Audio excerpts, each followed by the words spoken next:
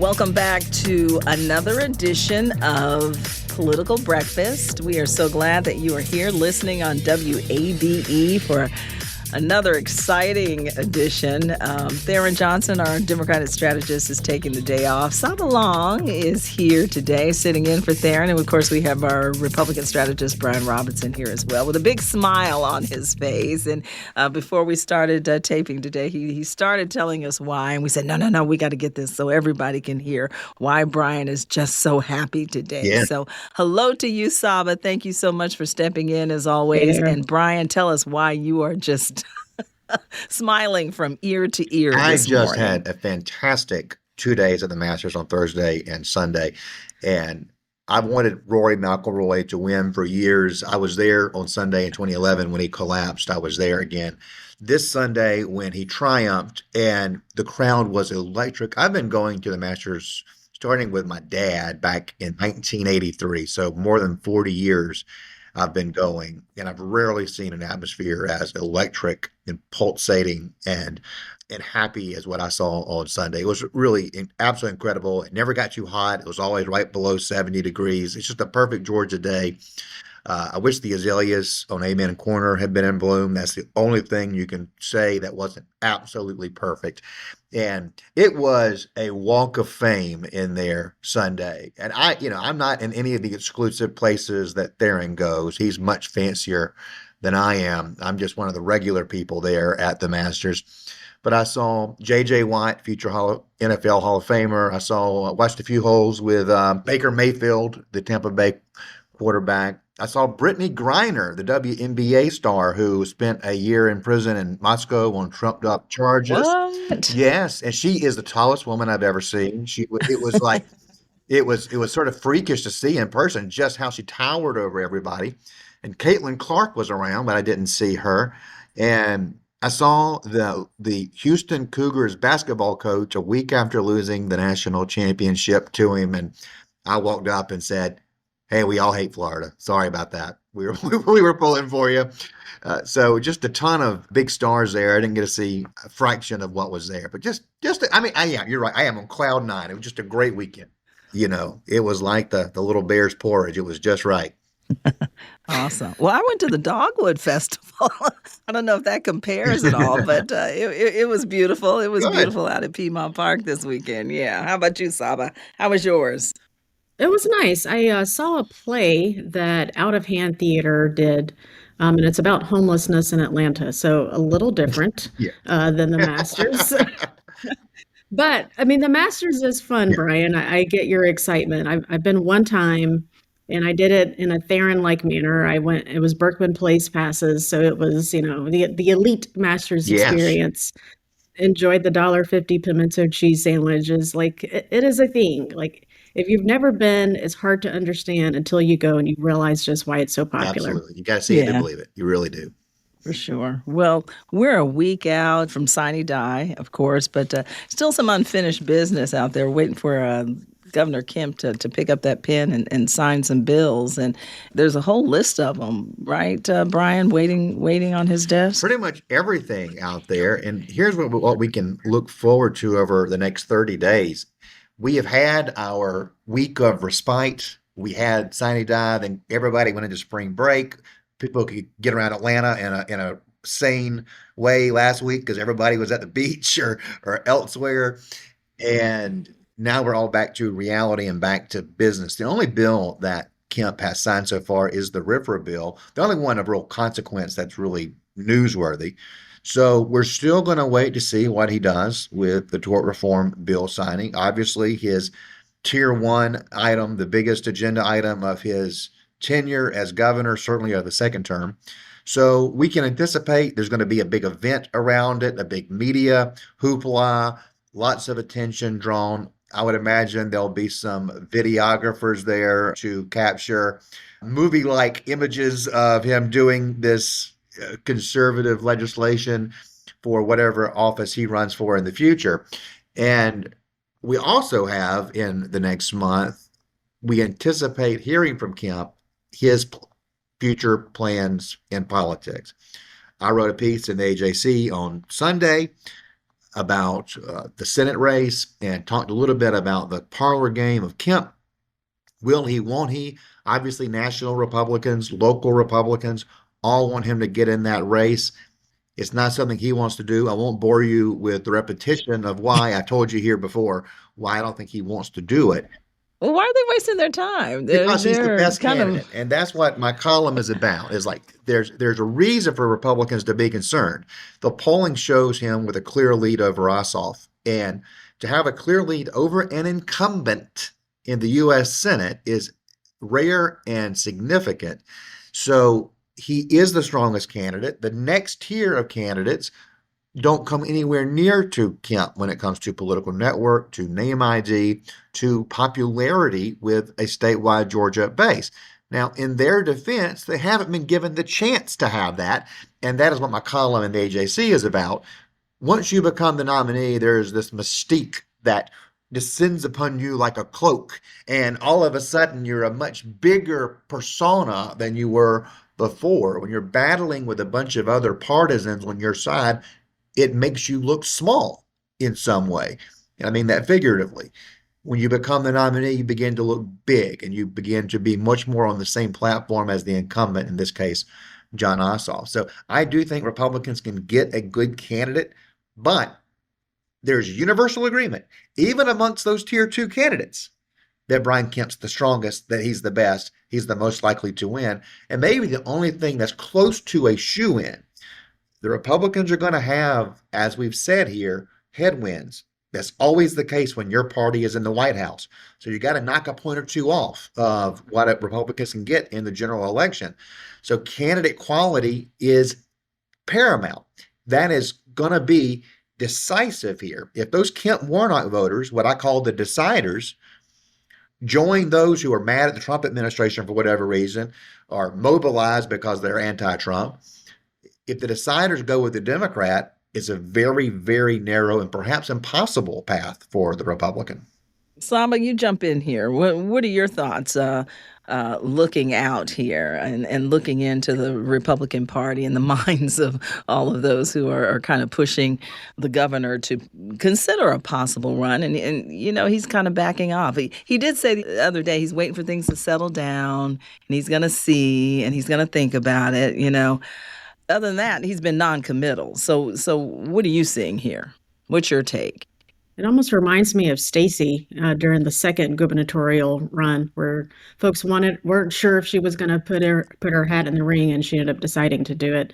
But the reason why Kemp is so strong against Ossoff as a contender is because, and I've said this before, is because Democrats in Georgia have not been a true opposition party to Kemp and have not laid out all the reasons why, if you are a Democrat or an independent, you do not want Kemp to be your next United States senator. Mm-hmm. And because of that, he is so strong. Right. And so right.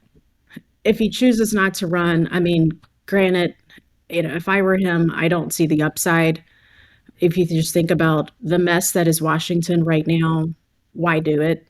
Why do it when you've got, granted, Republicans have control of the Senate, so there's that's an asset for him. But other than that, there's no real reason to be in the United States Senate right now if you don't have to be.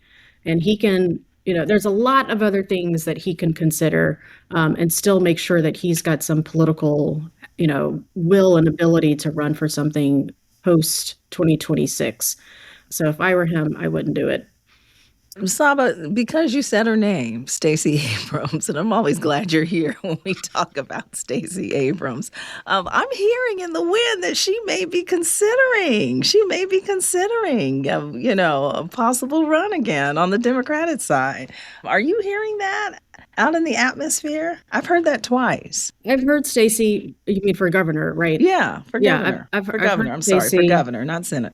I think part of that might be because as part of the DOJ efforts, there was a particular contract that they canceled that was somehow adjacent to Stacey Abrams. And so that kind of brought her name up in national circles, plus what happened here in Georgia with respect to the New Georgia Project. And so there's been a lot of political attacks from the right on Stacey. And so perhaps she sees this as an opportunity to fight back and to push back. Do I think Georgians want to vote for Stacey a third time? She didn't win the second time. She didn't win the first time. I don't think third time's a charm. That's a nice sound bite there, Saba. I like that. I think you happen to be right. A sound bite's always better when it reflects reality. And Well, what about if she runs for something else like Senate? well, What if she tries something else and gets her name back in the there's field? not an open Senate seat on the Democrat side. There's a Yeah, Democrat yeah, incumbent in that but seat. or another Yeah. office, But there's just not much another that's going to open be that's going to be office. at her level, right? I mean, she doesn't Mm-hmm. see herself Mm-hmm. as somebody who's going to run for Congress, and that would be beneath her. Right. So as governor, it's U.S. Senate, but she has basically said U.S. Senate is beneath her. She would be in the U.S. Senate today, most likely, because she was looking at the Warnock seat that he eventually won, and he would have stepped aside for her. The environment was very strong. We know she can raise money. We know she's can do some things very well. I think she could have won a Senate seat in 2020. I don't know that she could have won it in 2022. Yeah, and because we saw where the environment was there. So Georgians don't want her. They made their decision at this juncture. I think Democrats have moved on. And one thing, neither party is a monolith, right? Neither one. And I think a lot of Democrats who weren't necessarily under the Stacey Abrams umbrella felt silenced, felt pushed to the margins by her operation because it was very powerful. It did have the ability to pick and choose nominees up and down the ballot. We saw them step in several cases and be a voice saying this is going to be the person who wins. So a lot of Democrats hated that, right? A lot of Democrats hated having to wait for Stacey's blessing or to see what Stacey's going to do before making a decision about what they want to do and what's right for them. We're even seeing that now. I mean, we see one of those people who has been under Stacey's umbrella and it has been an ally of hers, Jason Estevez, a state senator from Atlanta, who we talk about a lot here. He's been very clear in his public comments. He's not going to take on Stacey. He's going to be a candidate if she's not. That goes to show she still does have a lot of lingering influence, but she's lost the profile she had here. I think she spent most of these past few years living in Washington, D.C., not in Georgia.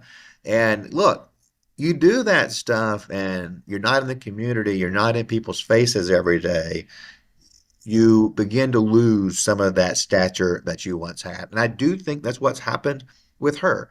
I also think Yeah, she's more of a national figure than a she state is. figure. She's a Now, media figure in now. a lot of ways. And I think there may be better routes for her. I mean, she's a smart woman and Mm-hmm. For and sure. so able to lay out a vision, which very few people can do. She's got policy chops. She's got the ability to have ideas for what to do next. I think elected office might not be the best option for her. There are many other things that she can do, and it would be a bad decision for Democrats in what could be very fertile territory for them in 2026 to nominate her again. It's time. I think in DC on both sides, it's time for new faces. We just saw in the last couple of years, McConnell and Pelosi step down in their 80s. So we're seeing faces like John Thune and Hakeem Jeffries up there now. I think it's probably time for some new faces in Georgia on the Democrat side. And that's going to be forced on the Republicans, obviously, as Kemp exits the stage as the most important face in Georgia, the governor. And we're going to have a new one in January of 2027, no matter what. So Republicans have got to have that next generation person stand up here, too. We don't know yet who that's going to be. We'll know in about a year. Let's talk about someone who is in your face, so to speak, and that's U.S. Representative Marjorie Taylor Greene, who may be facing an investigation. There are calls for an investigation after she bought into some various stocks that were hit hard by Trump's tariffs. And I don't know, how bold is that? I don't know. It's MTG, right? I don't know. I guess innocent until you're proven guilty, but I don't know. What are your thoughts on that? It's something that quite a few people are talking about today in regards to the Trump tariffs. I don't think most Americans believe that our Congress people and our Senate folks make stock trades completely in the blind, right? There is now an ongoing perception that our congressional leaders effectively engage in insider trading, regardless of political party, right? I mean, there is a Wow. Twitter account that solely tracks Nancy Pelosi trades and says, if you want to Mm. get ahead of the market, pay attention to Nancy Pelosi's trades. Follow That's Pelosi. that's a Wow. problem. And it's a problem regardless, again, of political party. And I believe, if I'm not mistaken, Ossoff was actually one of the folks who was trying to address this issue. So kudos to him for that, from a repairing trust in society standpoint. It's par for the course. Is it right? No, but it happens, and this happened. Remember in Georgia, this happened with Kelly Loeffler around COVID, in the exact same situation. And Trump tweeted or posted on Truth Social, I should say, early in the morning, early in the morning before they decided to pull back on some of the tariffs. Hey, buy the dip, right? So, what is happening here? It doesn't make sense, but it again is just kind of this environment that we have, and why Washington is just so toxic. Because why would you trust it when I've got the insider information and I can make money off of it? And you snooze, you lose. Too bad if you didn't. You know, I am of mixed minds on this. On the one hand, what? How?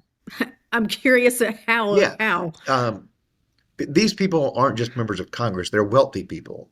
Marjorie Taylor Greene is from a construction family. She's second generation wealth. They've got people who manage their money. When you look at any of these members that you're talking about, Kelly Loeffler being another from 2020, these are wealthy folks whose money is managed by other people. And when it comes to insider trading and bandying about that term, we knew for days that Trump was going to impose those tariffs. We could all make a calculated decision about what the impact on the market was going to be. It was a fairly safe decision to assume that stocks were going to go down big on that first day. Did get a little tricky. Like, do you buy the next day when they're down? Well, I did. And they went down again for the next 2 days, right? I lost my shirt, so I bought again, and then they went down again. So I did two tranches of investments as they were going down. But the fact is, he did telegraph what was going to happen, and we could make an educated decision. Now, when it comes to reversing the tariffs on the middle of the day, and this is one thing that was interesting, a lot of really rich people are out on the course at the Augusta National and they can't have their phones on Wednesday. Yep. And so the market's skyrocketing. A, they don't know it because they can't look at their phones or get information out there. And two, their broker can't call them or whatever to see what to do. So it created an issue for rich people who are out there.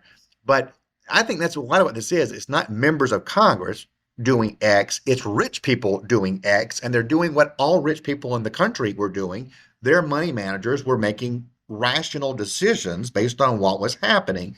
And it's really difficult to draw that distinction. So that's why I'm of mixed minds. Ossoff's legislation would basically ban stock trades by members of Congress. And that is great politics. It's very populist. It's something easy to explain.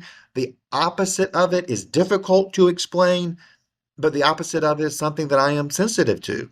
A lot of members of Congress have portfolios, and they're not extremely rich, but richer than the average American. And the average American in that class has stocks, and they have a right to grow their wealth during these top earning years of their life. So we don't want to create a situation where being in Congress is impoverishing, right? We don't want that either. But Saba, I'm not totally against what you're saying either. I am concerned that if we don't have transparency, if we do turn the other way and just say you can do whatever you want, that we create a different problem where there is a lot of insider trading. So there's a balance that must be struck. I do think Congresswoman Greene's comments that all of her trades are transparent, the public can see them, and that's how we're able to talk about it. Like, we're able to see what she's doing. And I think that is positive, that there is transparency. And according to her, she's not the one making these decisions. So I actually trust that what she's saying there is the truth. We'll see. I mean, she has a town hall Tuesday So I'm curious to hear if this ends up coming up in conversation and questions from her constituents. Yeah. No, I doubt it will. Her constituents support her greatly. There are, 20% of the people in Northwest Georgia are Democrats, somewhere around there. It's a very small minority, but maybe they rally and show up in force and cause a scene. I think that will be national news if it is, because as Lisa said, leading into this segment, she's in your face. She's somebody that is very much part of the conversation, not just in Georgia, but around the country, maybe more so nationally than in Georgia. Like she's not top of That's right. mind here, but she is top of mind across the country in federal politics.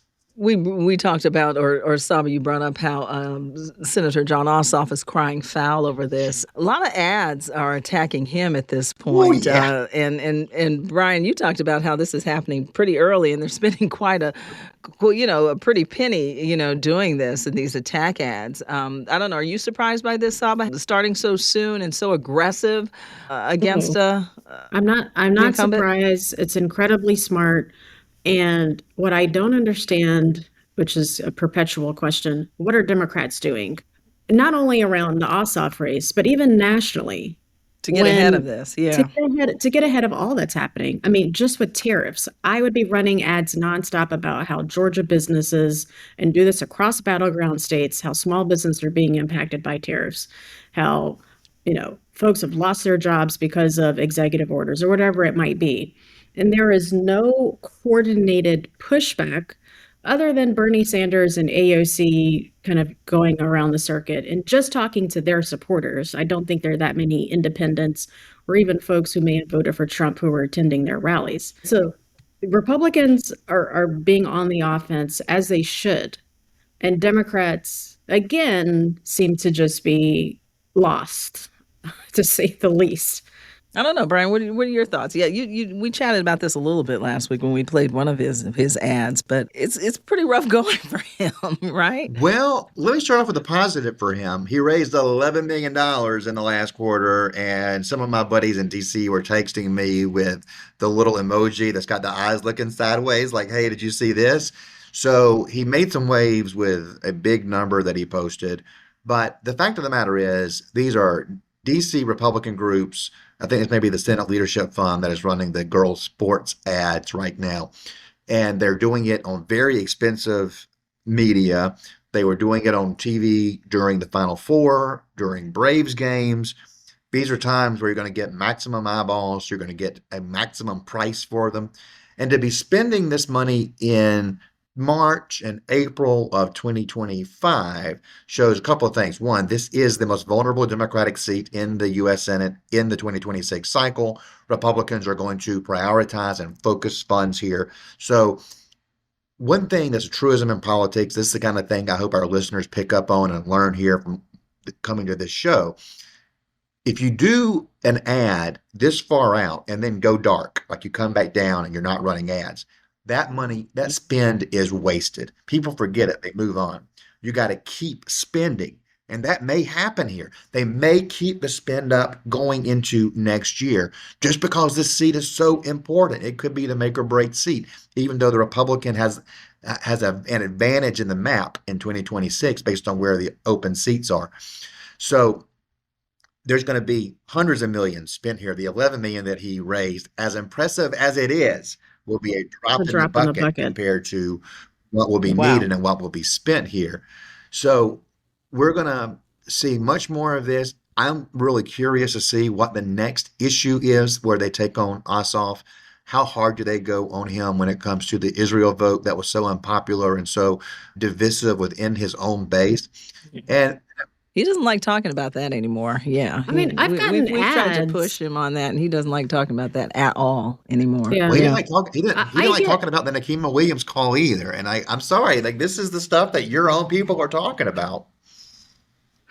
I've gotten Twitter ads repeatedly from APAC where they have attacked Oh wow. Ossoff. Yeah. And so, that's its own situation, an issue. And I do think it's obviously going to be probably the most expensive Senate race in the country.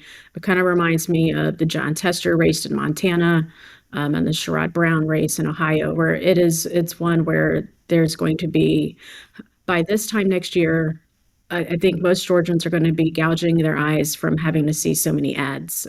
It's going to be nonstop. Nonstop. You're absolutely right. So I do want to say, like this issue on the girls' sports thing, like he did that vote knowing he already had an issue on that Israeli vote, what was seen as an anti-Israel vote, even though the most of his other votes have been pro-Israel, right? It doesn't matter. Those other votes don't matter. He will be defined by that one vote that was the anomaly. And he knew that going in. He made a decision, and I don't understand it because he's very smart. He's calculating. He understands politics. And I also don't understand the girls' sports vote.